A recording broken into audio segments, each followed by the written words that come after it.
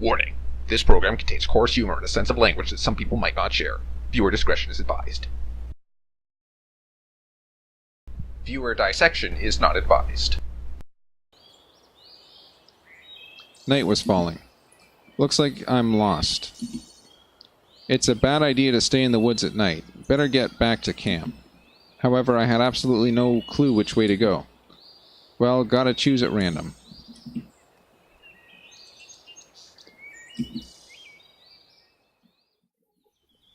I wandered for quite some time in the forest, even thought of crying for help, but finally I saw the camp's fence beyond the trees. Everything fell back into place.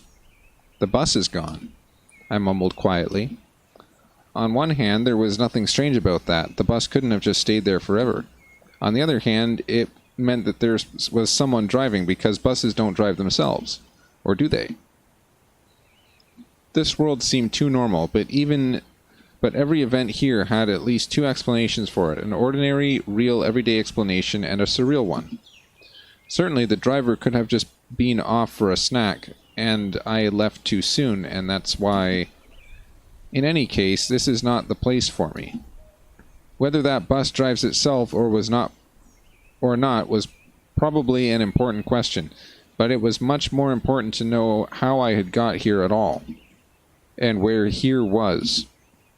The fields and the woods stretching towards the horizon had no answers. There was nothing familiar about them.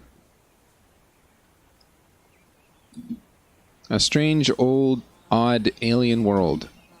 However, at the same time, it was absolutely not frightening.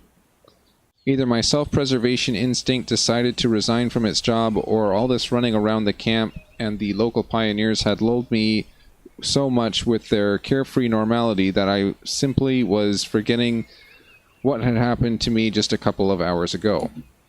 Although I probably had no strength left to worry. All I wanted was some peace, calmness. I wanted to just break from it all, and only after that would I continue looking for answers ready and reloaded. However, that would be some time later. And what about now? Can I allow myself to relax? It got completely dark, and in any case, it was better to spend night in the camp. I was about to head back when someone came up silently from behind. Hello, what are you doing here so late? It was Slavia standing before me. I was so surprised that I jumped. So, you didn't catch Juliana, did you? She smiled. I nodded disappointedly inside. No wonder. No one ever has. Yeah, she's a real rocket girl. Oopsie. She could have found a better use for her energy than looking for adventures. You must be hungry. You didn't manage to have dinner at all. Indeed, I had completely forgotten about my hunger. But after these words of hers, my stomach drew attention to itself by giving a traitorous rumble. Slavia smiled. Let's go then. What, is the canteen still open? It's all right. I have the keys. The keys?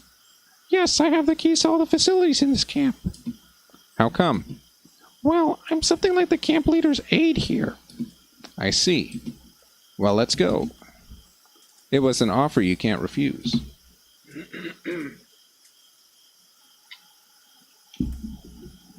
When we reached the square, Slavia stopped in her tracks. Excuse me, I should warn my roommate that I'm going to be late. She's so punctual herself that she'll be worried otherwise.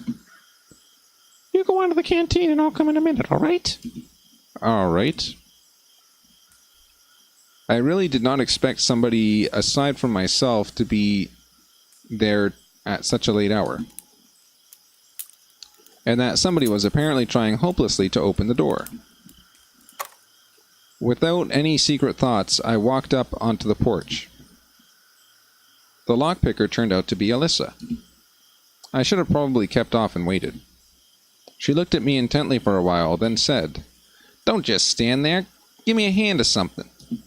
Meaning, help me open the door. Why?